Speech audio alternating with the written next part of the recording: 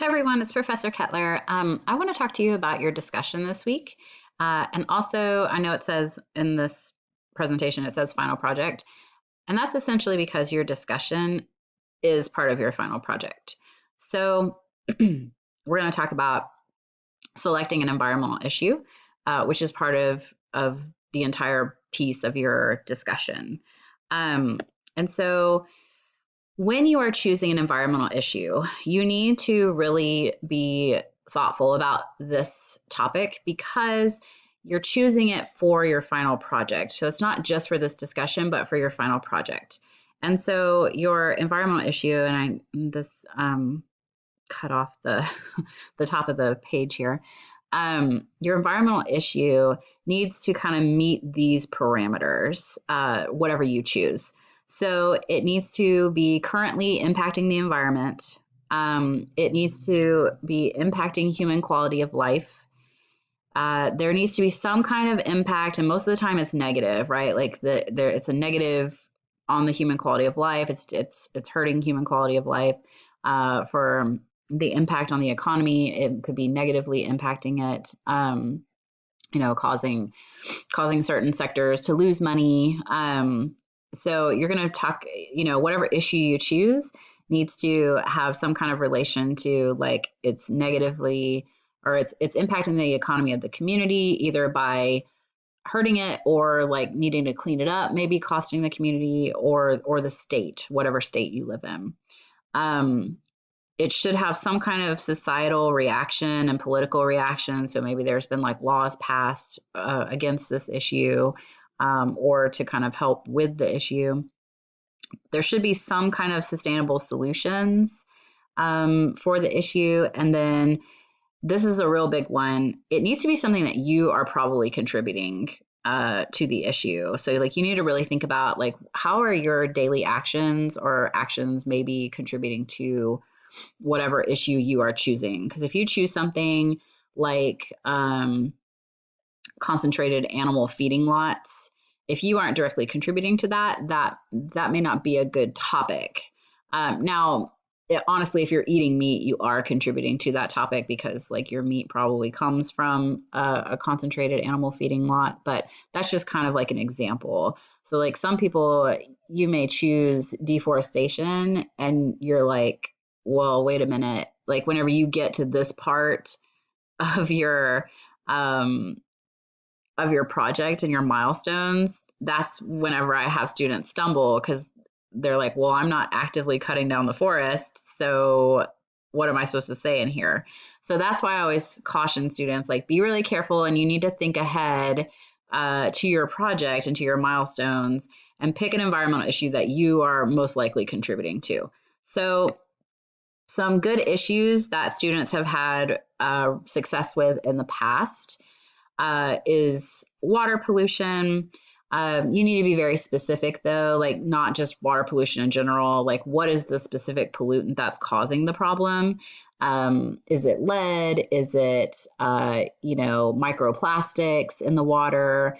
Is it hormones in the water? A specific pharmaceutical chemical? These are just some general ideas. Air pollution, make sure if you choose that topic, you're identifying the specific pollutant that's causing the issue. Is it sulfur dioxide, nitrous dioxide? Is it ozone? Like what is the general or sorry, not the general, what is the specific pollutant that's creating the issue in the community? I've had people choose salinization of soil. So like the soil is becoming salty in the community and it's not supporting farmers anymore or growing crops. Sea level rise causing flooding is another one. Microplastics in the ocean. If you, especially like if you live in a coastal state, or if you consume a lot of fish, because fish, like in your diet, microplastics are most definitely inside of you. sea level rise, because some people will say, well, how am I contributing to sea level rise? That's going to be more of like a climate change issue, and like your carbon emissions is what you could discuss. Same thing with air pollution, like emissions from cars, like if you're if you're driving a lot, things like that. Water pollution, you could potentially be contributing to that because maybe you're not recycling or and throwing a lot of trash away that ends up in the water and pollutes the water. A lot of people end up dumping chemicals and things down the sink when they shouldn't be.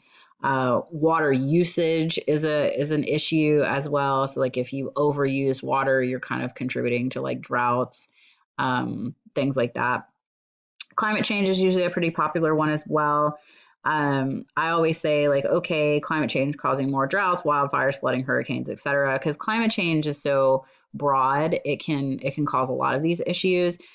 Do not try to just say climate change in general. Pick one. So like, okay, I currently live in California, and climate change is contributing to a lot of wildfires. And so you would just talk about wildfires. You wouldn't talk about anything else.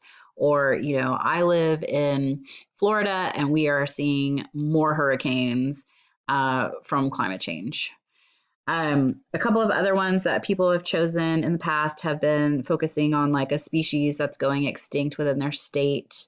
Deforestation that one is the one students, I would say that's the more challenging one, because you have to prove, that deforestation is currently happening in your state, and then how are you contributing to that? And that's the one students kind of struggle with. But these are issues that you can choose from.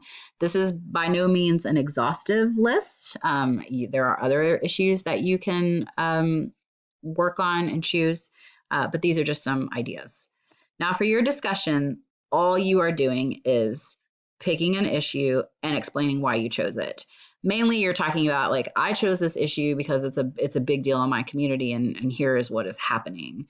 But I always just say, really look over this all came from your rubric for your project and for your first milestone.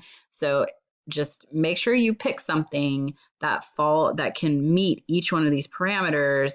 Otherwise, you're not going to score well whenever it comes to your milestone. You're not going to score well on your final project. So I'm just trying to help you avoid any kind of pitfalls. Now I'm going to kind of show you your discussion, because there's a list of things that it tells you to look at. So it says, look at this list of topics in the PDF. So you can look at these. So like you can choose this issue, contamination of drinking water.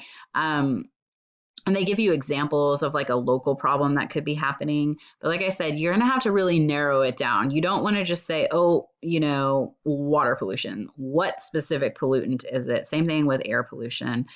There's some things listed here for agriculture. So loss of biodiversity. If you're looking at loss of biodiversity, what you need to focus on a single species. Otherwise, it just gets really overwhelming.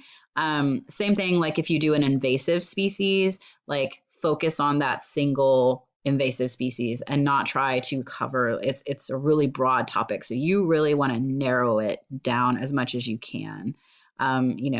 So you can look through these.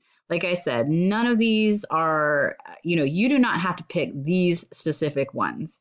As long as you pick one that is an environmental issue that is occurring in your area, and once again, something that you are most likely contributing to, directly contributing to, even indirectly, right? Like the meat one, like, because some people talk about like runoff, like fertilizer runoff, and they're like, well, I don't have fertilizer. Yeah, but you're eating the crops and things that came from the farm, and the farm used fertilizer, and that, so you're indirectly kind of supporting that. So you could even make that argument.